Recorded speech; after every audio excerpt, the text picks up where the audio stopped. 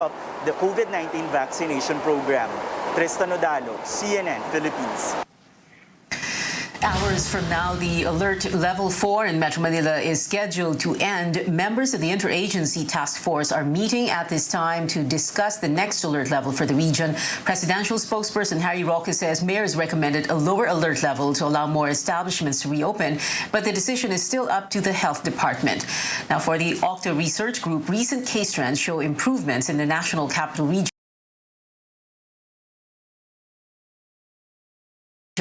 It projects, or Octa projects, that NCR will improve to moderate risk by late October or November and further to low risk by December.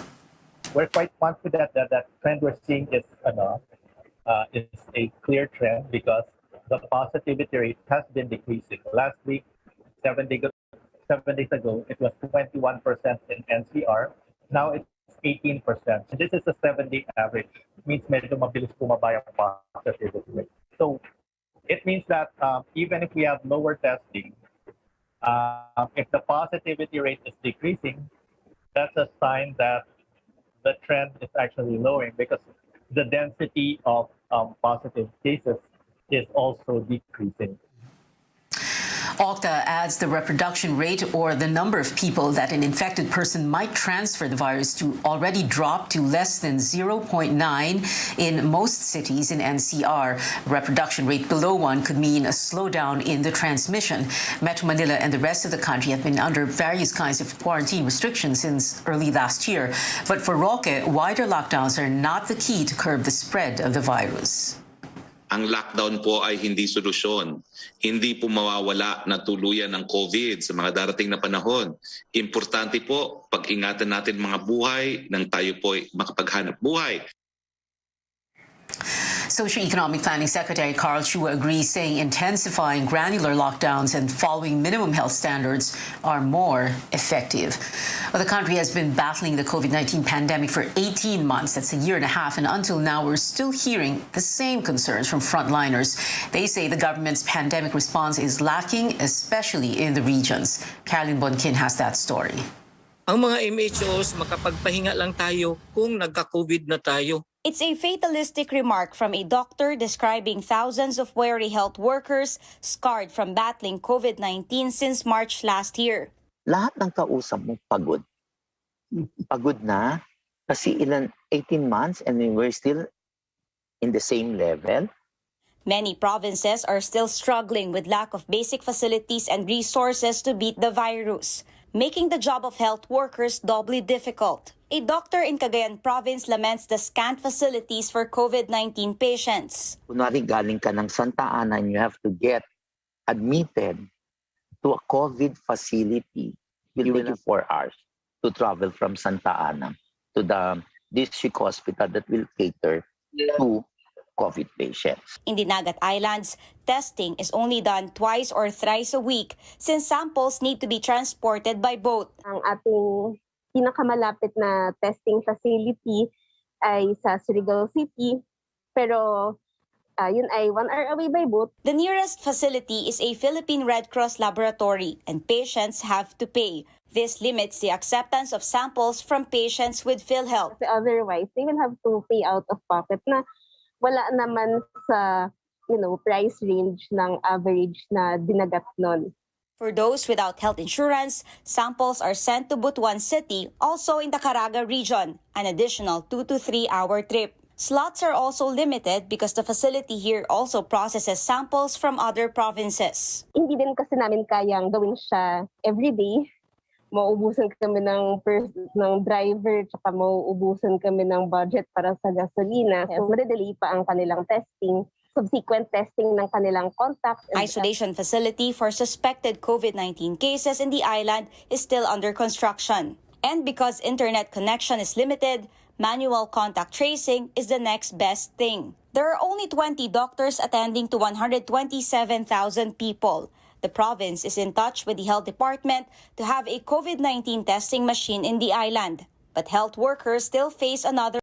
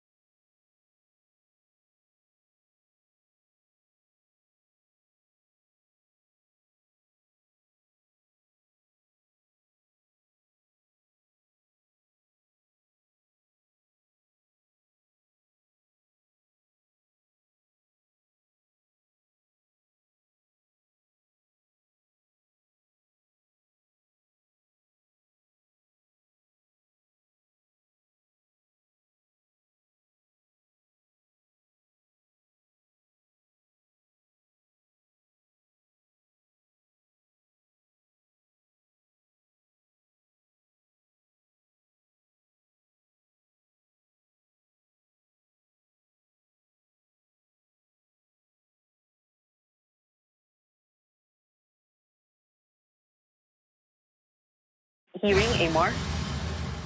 PIA Pharmacy official Crisel Grace Mago has not surfaced since her shocking admission last Friday that the company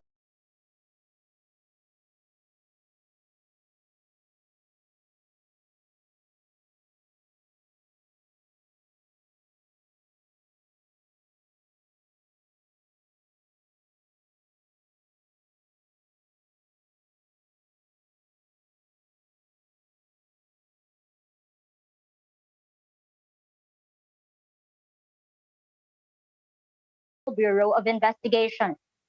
May I request the Sergeant at Arms to please trace her whereabouts so we can find her because she's a very material witness in this particular case. She's more than just somebody who appears to be a clerk, but I think she knows a lot more and she does a lot more for Pharmaly. Counsel of another Pharmaly executive director, Lincoln Ong, claims his client was being forced to testify. He's under Senate custody for alleged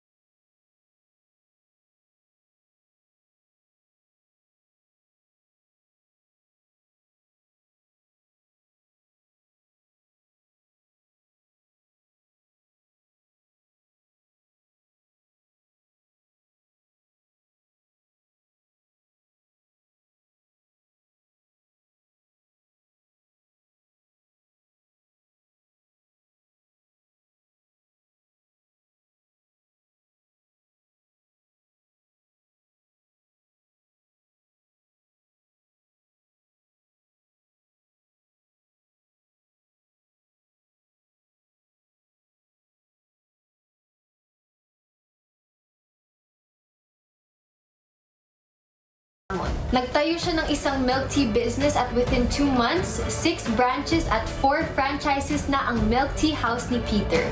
Nagbigay si Peter ng trabaho sa mga out-of-school youth at iba pang hindi makahanap ng pagkakakitaan sa oras na ito. He also started the 10 Drinks, 10 Hospitals project na nagbibigay sa COVID-19 frontliners ng libreng milk tea. With just a little bit of help, Peter went from being in debt to being a success story. Everywhere in the Philippines, there's an unsung hero whose story is just waiting to be told. Just goes to show that even in our day-to-day life, anyone can embody that bagong tapang spirit.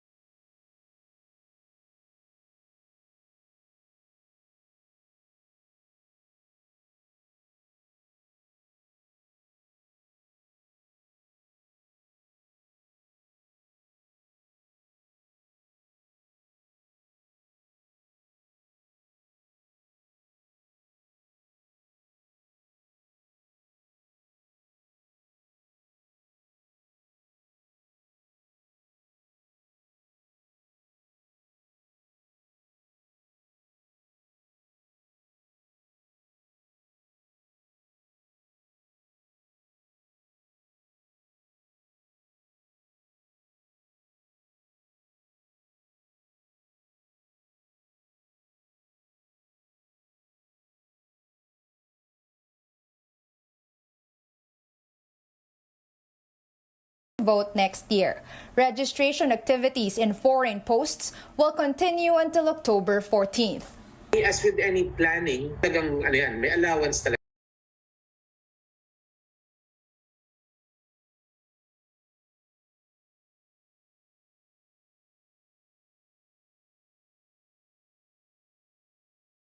The Senate even stalled on the poll body's 2022 budget proposal when Chairman Sharif Abbas said last week that the Commission can only allow a 1-week extension. Huwag naman natin hintayin uli na kung saan yung deadline, doon na naman tayo magpaparehistro. So para at least hindi rin tayo mahirapan. Commissioner Rowena Guanzon adds the longer time will allow more Filipinos to exercise their right to vote. Mall-based registration desks will remain an option in October, along with online reactivation for those previously registered but failed to vote in the last 2 elections. More than 63 million Filipinos can vote on May 9th.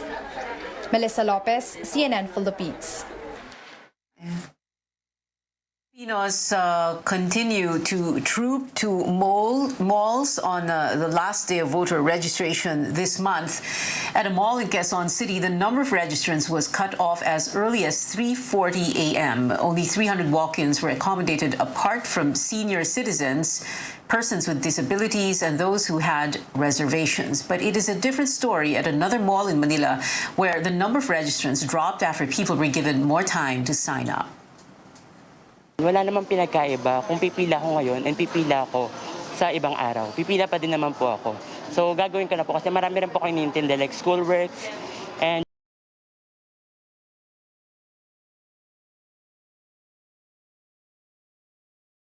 yung mga gawain ko sa bahay.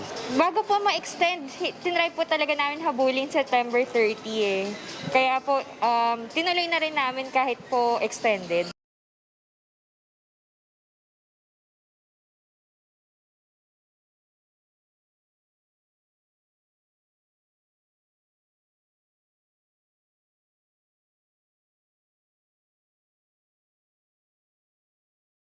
it's time na po na bumoto na ako kasi po nakakaloka po yung mga nangyayari dito ngayon, lalo na for healthcare workers.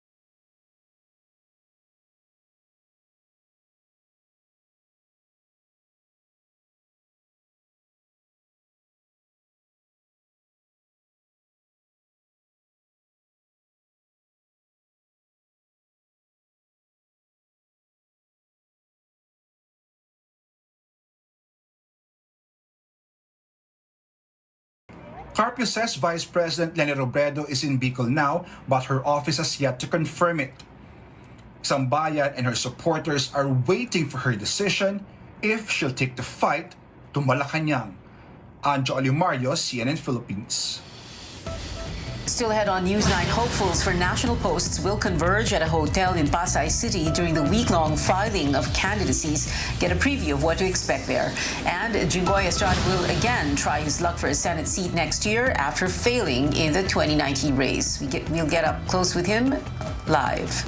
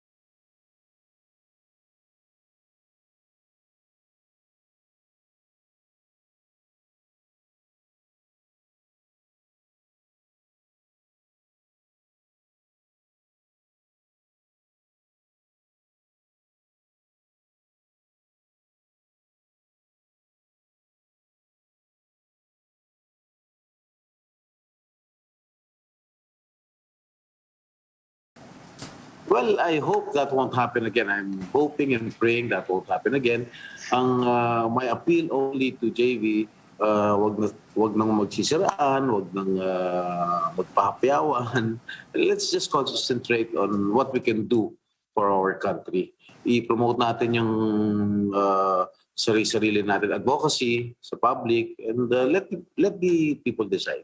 Ako naman, as an older brother, ako naman, I also want him to win, and I also want myself to win also, para mas marami kami matulungan. Okay. In 2019, the other problem, Senator Jinggoy, of course, was, at napansin to ng lahat, ano, para bang the Estrada family was spread too thin because you had your father running for mayor in Manila, Jerica running in San Juan, and then, you know, both you and JV running for the Senate. Para bang masyadong, masyadong kalat eh. You were all over the place. And therefore, you had San Juan as your bailiwick or balwarte. You had Manila, in a way, as balwarte ng tatay po ninyo, in a manner of speaking. And then there were 4 of you running and nawala lahat.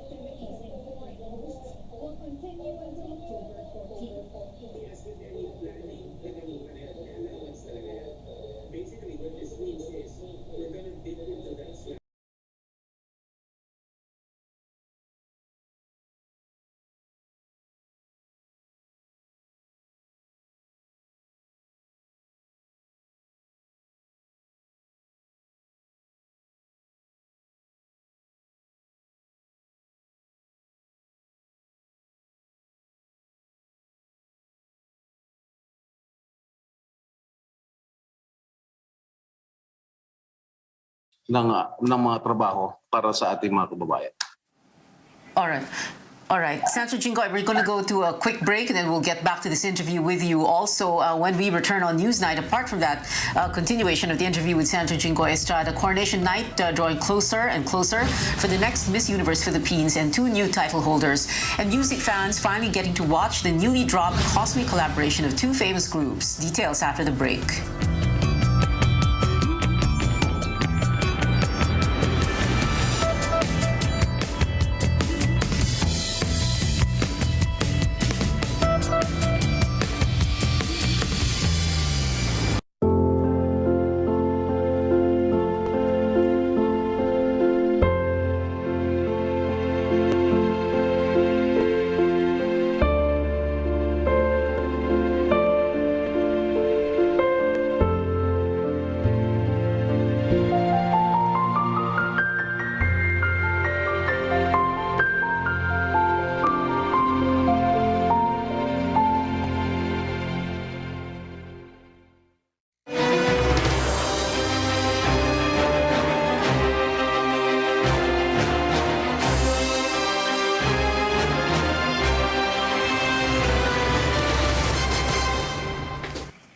Welcome back to CNN Philippines. You're still watching this up-close segment with former Senator Jinggoy Estrada. Senator Jinggoy, very quickly, I wanted to ask you, will you adopt an ironclad, no-nonsense drug policy? Or another way to say this is, did the drug war solve the drug problem, and is that the same thing you want to see in the next administration? What is your first question, Pia? It's really garbled. What is your first question? Garbled ba? Will you adopt an ironclad, no-nonsense drug policy in the same way that we had the drug war of the Duterte administration? So what is your question? Will you adopt the same kind of ironclad, no-nonsense drug policy? Maybe on a different approach, Pia. Hindi naman yun talagang merong killing stone sa kabila, may killing sa kabila. Hindi naman siguro natin gagawin yan. Okay. Sige, ito naman, Senator Jinggoy, mga answerable by yes or no lang. So very quickly, first, do you favor easier public access for SAL-Ns of the President, Vice President, and lawmakers? Yes or no? If you can have access to the SAL-N, excuse me? Yes. Yes. SAL-N ng President, VP, lawmakers. The SAL-N, that is a public document. So that is a public document, so it can be scrutinized by everybody. Okay, so the answer is yes. This next question. Open. Excuse me? Okay, yes or no lang ang sagot, Senator Jinggoy. Do you support lifting foreign ownership limits in the Constitution? Yes or no? Foreign ownership? Yes. Yes. Okay. Yes. Do you favor the reimposition of the death penalty for drug-related cases? Yes or no? Yes. Should the sitting president be allowed to run for vice president? And we ask this question because President Duterte is supposed to be running for VP. Yes or no? If there is no prohibition in the Constitution, who am I? Yes, of course. There is no prohibition in the Constitution that prohibits the president to run for vice president. Okay, and yes or no, do you favor the resumption of peace talks with communist rebels? Do I? Excuse me? Do you favor the resumption of peace talks with communist rebels? Yes. Yes. Definitely. Okay. And my final question, Senator Jinggoy, because we've run out of time, who will your presidential candidate be? Sino kaya? Is it going to be, well, of course, depende no, kung tatakbo talaga sila. Sara, Bongbong, Isko, Manny, Grace, Lenny, Ping, Alan, etc. I'm reading from the list of the surveys that have come out very recently. You're asking me who is my presidential candidate? Candidate, yes. Well, I'll just reserve my answer. Senator Jinggoy Estrada, thank you very much for joining us here on Up Close on Newsnight. Salamat po, sir. One of the biggest pageant stages in the country is set, and we're very close to finding out the next woman who's going to wear the Miss Universe Philippines crown. Coronation night will begin at 7 p.m. Later, that's in about 15 minutes from now, at Panglao, Bohol, with a physical audience limited to 100. That will be available for paid streaming on ktx.ph. Out of 28 candidates, one will represent the country in Israel for the international competition in December. But this year, there are more chances of winning among the delegates. The pageant organizer announced that contestants can claim 2 new crowns: Miss Universe Philippines Tourism and Miss Universe Philippines Charity. Miss Universe Philippines Tourism is expected to step in if the main title holder cannot fulfill her duties. And on Instagram, the reigning queen bids farewell to the throne. Miss Universe Philippines 2020, Rabia Mateo, posted a message of gratitude to the nation yesterday. And before we go, Coldplay and BTS took fans to another world in their newly released music video for My Universe. The outer space-themed production featured the two banding together with an alien group to make music in a galaxy where it is forbidden, with a concluding message that read, "We are all one in the universe." The upbeat music video reflects unity among these two bands that come from different nations. Because we come from different sides.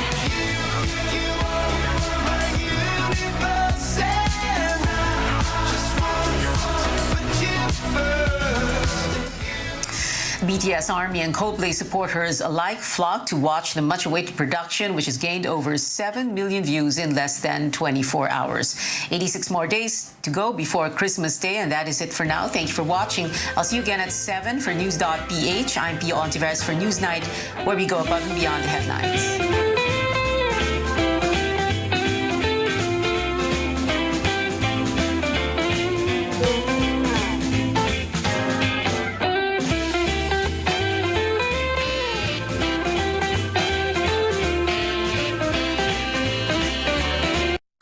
This program is brought to you by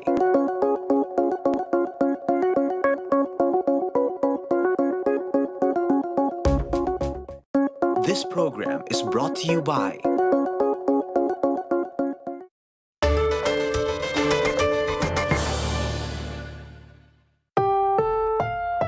This program is rated PG. It contains themes.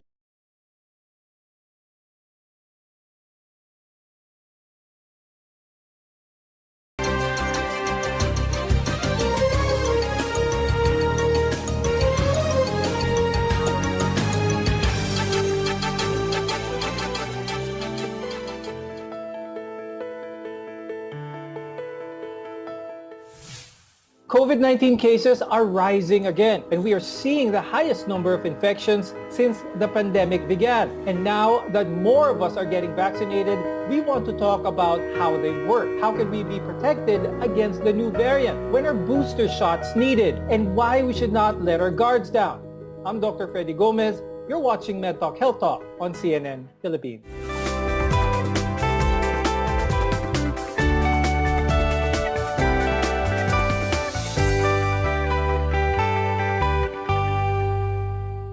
Since the first outbreak of the coronavirus in 2019, experts were working tirelessly to come up with vaccines to combat it. And each of them went through rigorous testing to ensure their quality, safety, and efficacy. Today, there are 9 COVID-19 vaccines approved for use in the country. Let's welcome our guests for today. With us is Dr. Mark Edsel Ayes. He's the Clinical Genomics Laboratory Head at the Philippine Genome Center. We're also joined by Dr. Adrian Buensalido. He's the chairman of the Infection Prevention and Control Committee of the Asian Hospital and Medical Center. I'll start first with Dr. Adrian. We often hear of efficacy numbers, but what do they actually mean? Efficacy just means how good a vaccine is at preventing disease.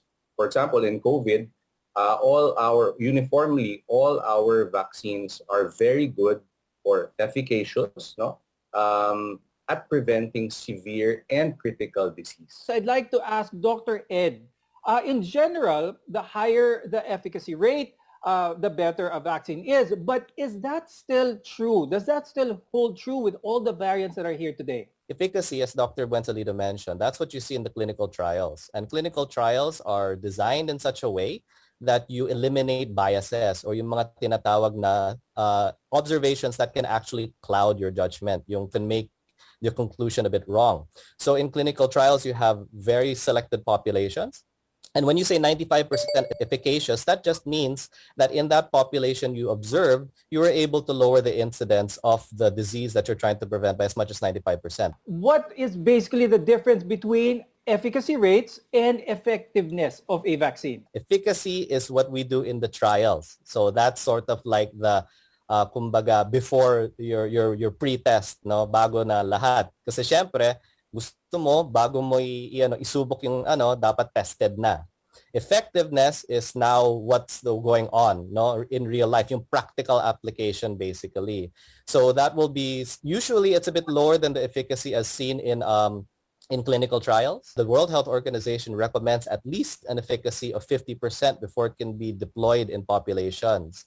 And for this reason, all of the current vaccines, they're well above the 50% recommended. And as far as the current data shows, they're performing very well naman at preventing severe disease. Let's talk about how these numbers are affected by the more aggressive Delta variant. Why are we having this sort of situation right now in our country when a lot of people are getting vaccinated and such, but we're still seeing high numbers of infectiveness, hospitalization, and everything? Why is that happening? Now you might wonder, we're getting vaccinated. Unfortunately, this outbreak is occurring at the same time that we are trying to vaccinate our populations. So, it's very tempting to make that conclusion na we're vaccinating pero ang dami pa ring nahahawa. But you have to put it into context. When the Delta variant started entering and there were many cases being detected, we had only just breached 10% of our population that had been fully vaccinated. So to blame the infections on vaccines that are not working is actually missing the point. We have still to vaccinate a large number of people in order for it to see the effects of it protecting the people. Dr. Adrian, paliwanag natin ito na mabuti. Bakit It really just it trains our immune system. It allows our soldiers, to recognize the virus before the body even is encountering the virus, so that when it finally encounters, hopefully not, but finally when it encounters the virus, in real life, the soldiers will be able to recognize the virus and attack it early on and hopefully prevent a disease from happening or from occurring. So why is the second dose administered almost at sometimes a month, sometimes even longer after the first one is given? What can you say to those people? How can we encourage them to complete those doses? We just have to tell people that one dose is not enough. We have to understand that the design of these vaccines is you get the maximum protection from it if you get the 2 doses. Dr. Adrian, how about the side effects? How about a lot of people are worried they don't want to get the vaccine because of the side effects? All of the vaccines are actually pretty safe, And if there's one number, let's really all of them are less than 1% in terms of having serious bad effects, serious adverse effects, Of course, we have to differentiate yung adverse effects from reactogenicity symptoms. We mentioned training. When the soldiers in our body, our immune system starts training, many times we might feel them starting to train, Siyempre, gumagalaw yan. Ang mga sundalo, pag nagsisimula mag-training, gumagalaw. And therefore, there are reactogenicity symptoms which are expected symptoms. Yung mga talagang alam natin na talagang pwede talagang mangyari, pero hindi masama, And what are these? Fever, pain, weakness, So sometimes a little bit of chills, so body aches, These are just, symptoms that are telling us, our immune system, it's now working, it's now training for the battle later on. No COVID-19 vaccine offers perfect protection, but they're effective in preventing severe COVID and even death. When we return, we'll talk more about how antibodies work. Stay with us here on MedTalk Health Talk. You're watching CNN Philippines.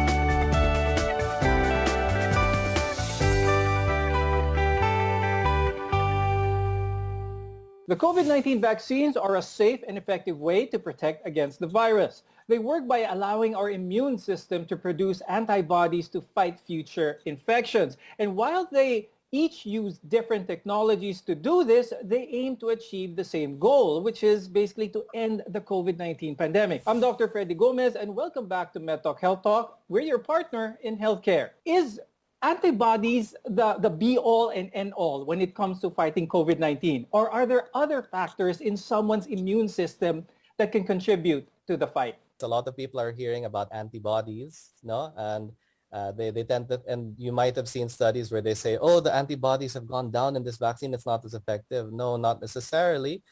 Your immune system is smart in that it also has a lot of other factors, a lot of other players. Antibodies, I like to call them like your missiles or your drones, because they can do things from afar. No, they don't. They're created by what's called your plasma cells, and then they'll fire it, and then if it finds the enemy, it will literally search and destroy. Now that's the idea of how antibodies work. But there are other methods, and even if you like your military analogies, hindi lang nananalo yung gyera sa mga drone lang. So you also have ground troops, and we call these T cells, no?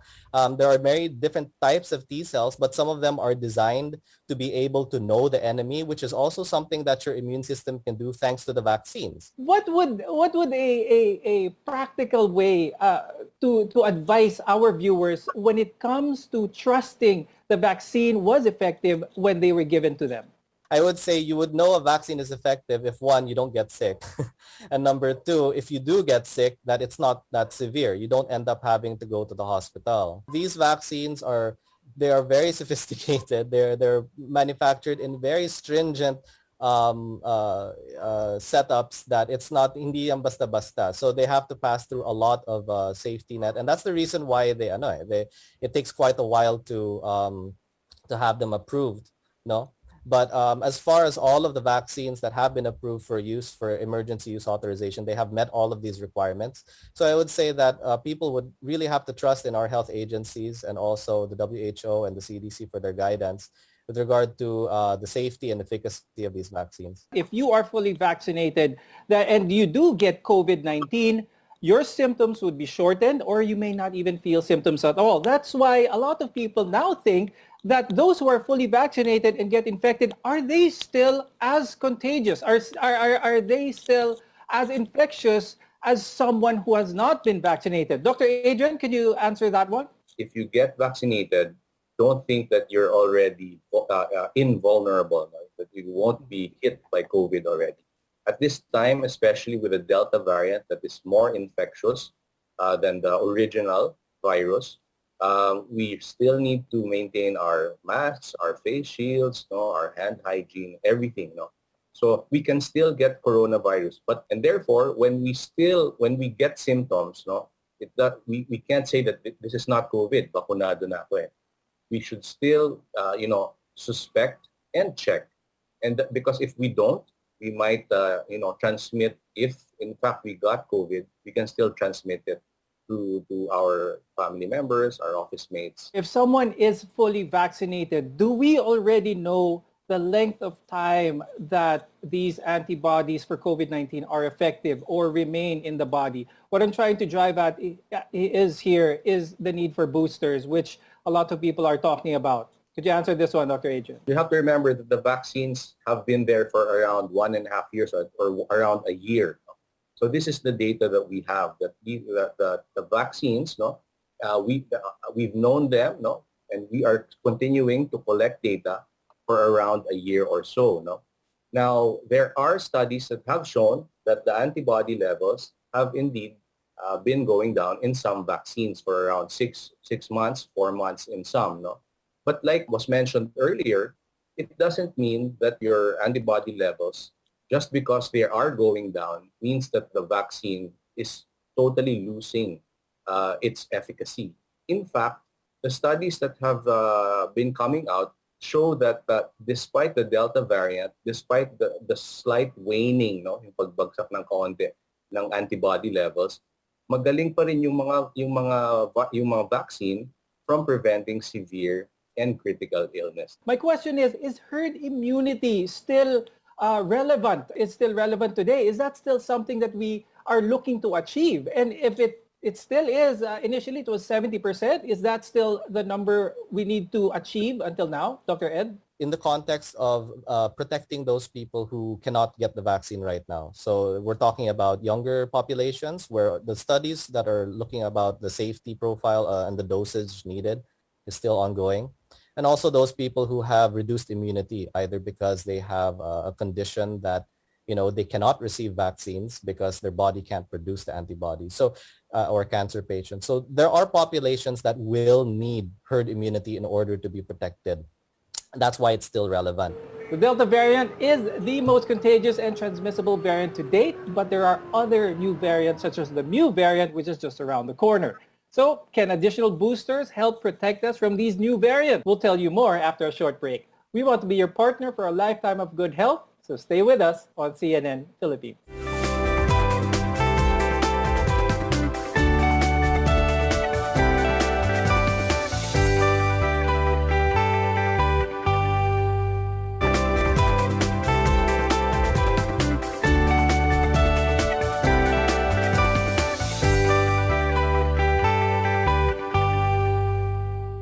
Today, the Delta variant is the dominant strain in the Philippines, and it is also now affecting many parts of the world.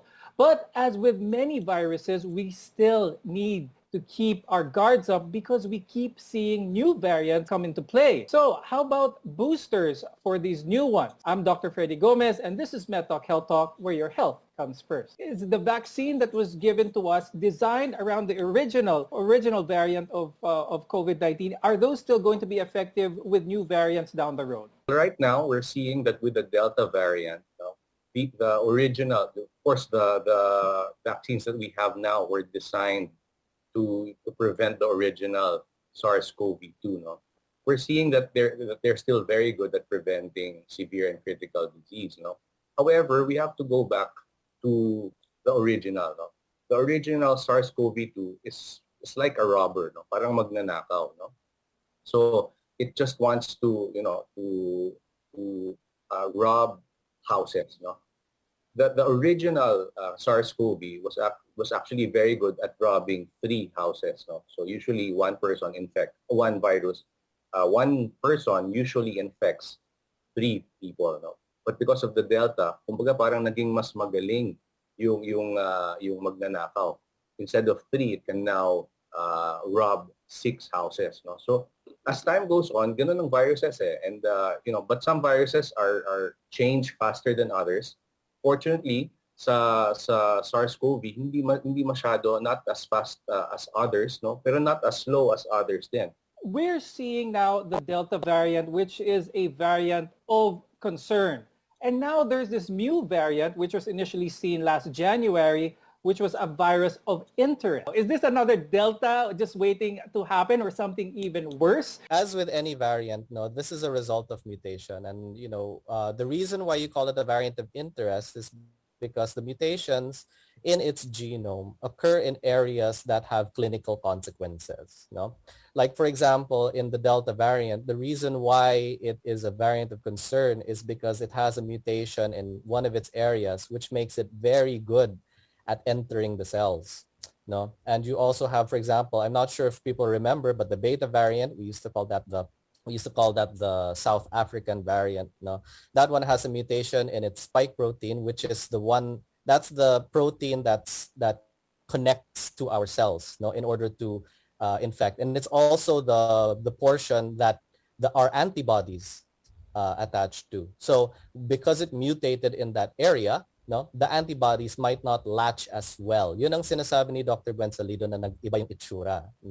So it's like your soldiers, sinabi, yung tao may bigote. And then nawala yung bigote ng tao. So iisipin, siya pa rin ba? Things like that, right? Would boosters be a good argument for this or the need to take a booster shot? A good argument for this? The basis of whether or not you'd consider a booster is more on the signal. When you look at the effectiveness, and that's why we follow up the populations who have been vaccinated to see whether or not there seems to be a decrease in the effectiveness. For example, some people have brought it to my attention because they're wondering. like the CDC is already recommending booster shots in certain populations. And this is what we mean, because they're seeing the signals that the effectiveness of the vaccine is starting to decrease in those particular populations. So we're talking about people who have immune deficiency issues or taking medications that can interfere. So dun pa lang, they're seeing that the signal is dropping. But as far as the regular me and you, the normal population is concerned, it looks like the vaccines are still effective. So until they see those early signs, those early signals that the effectiveness is starting to wane, tsaka na lang natin pag-iisipan na baka we need a booster. No? But for now, it appears to be it's still working. When we say booster, are we referring to the same brand of vaccine that was initially taken, or are we talking about a different brand, changing to a different type of vaccine as a booster? Traditionally, of course, it would be the same one, but understandably, because of the logistics involved and the worldwide demand, mixing became a question that was raised. Right now, there are safety studies that show that there does not seem to be harm mixing, meaning you're not expecting any adverse events or anything bad happening. But the efficacy of mixing is the one that's still being looked into. We hope we're able to answer your many questions about COVID-19 vaccines. We'd like to thank our guest, Clinical Genomics Lab Head, Dr. Mark Edsel Ayes, and Infectious Disease Specialist, Dr. Adrian Buensalido. Maraming salamat sa inyong expertise at tulong. Get vaccinated, don't hesitate, don't be afraid. The COVID-19 vaccines are safe and they have been thoroughly tested. And these vaccines will save lives. I'm Dr. Freddy Gomez, and we'll see you again next time. Stay safe, everyone.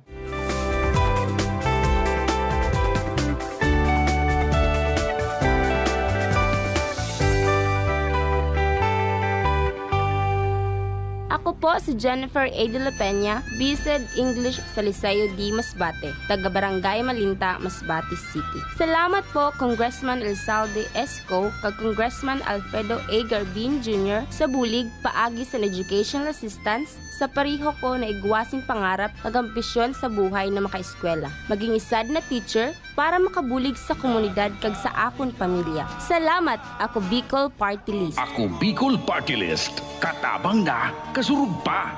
Kung ikaw ay may problema sa kidney tulad ng kidney stones o bato, impeksyon, nagpapadialysis, sakit sa pag-ihi, kidney failure at iba pa, subukan ang Kidney Care. Si Ernest Salvador, tagalo ako ng taxi driver. Napakahirap po talaga ng buhay ng taxi driver. Minsan naranasan kong pasera po, gusto kong umihin, hindi ako makahiya, gawa ng may sakay ako. At hindi ko nang tagal, naramdaman ko na lang na medyo sumasakit ang tagiliran ko. Ginawa ko, bumili ako ng Kidney Care. Ito po, katunayan, gumanda na ang aking pagkarandam. Tuloy-tuloy na po ang aking trabaho. Kaya maraming salamat po sa Kidney Care. Ang Kidney Care ay mabibili sa Mercury Drug Store at mga suking butika. Ang Kidney Care hindi gamot at hindi dapat gamiting panggamot sa anumang uri ng sakit. Patuloy na binabantayan ng Department of Health ang pagtaas ng kaso ng COVID-19 sa iba't ibang rehiyon ng bansa habang isinasagawa ng ating lokal na pamahalaan. Prevent, detect, isolate, quarantine, reintegrate strategies. Lalo pa nating paigtingin ang ating pag-iingat at pagsunod sa minimum public health standards upang malabanan ang pagtaas ng kaso at panatilihing ligtas ang ating mga pamilya. Pag-usayan ang ating pag-iingat upang kaligtasan natin ang angat. Ang pinakaenot sa ringkunada. Puon kay do sa gudgunyan. Minaanduyog sa baga namamanwaan. Katuwang para sa kauswagan. Sa mga bareta, patas. Sa impormasyon, public service, enot ka. Malalaoman, katotohanan, ang sinasarigan. Inina ang bagong Radyo Ronda. DZKI-IRIGA Radyo Ronda. Ang maugmang kairiba. Madya na.